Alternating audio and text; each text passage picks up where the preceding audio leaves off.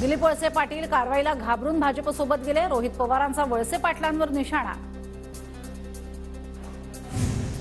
अनिल तटकरेंवर शरद पवार गटाच्या प्रदेश उपाध्यक्षपदाची जबाबदारी। अनिल तटकरे सुनील तटकरेंचे मोठे बंधू। रायगडमध्ये सुनील तटकरेंना शह देण्यासाठी शरद पवारांची खेळी।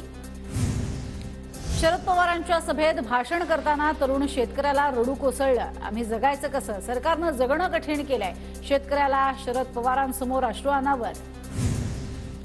राज्यातील विरोधी पक्षनेते भाजपमध्ये येण्याचा ट्रेंड कायम राहणार। विरोधी पक्षनेते वडेट्टीवार आणि अंबादास दानवे लवकरच भाजपत येणार, आशिष देशमुखांचा दावा।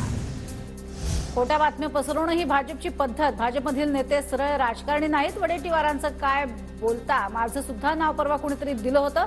बाळासाहेब थोरात यांची आशिष देशमुखांच्या दाव्यावर प्रतिक्रिया।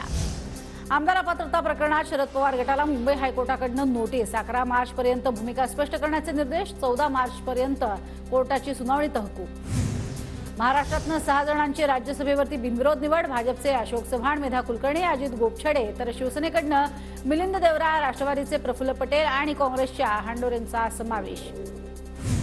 गेल्या 10 वर्षाच्या विकास कामांचा आणि संसदेतील कार्याचा आढावा घेत पक्षश्रेष्ठी मला लोकसभेची उमेदवारी देतील, खासदार डॉक्टर हिना गावित यांचा दावा।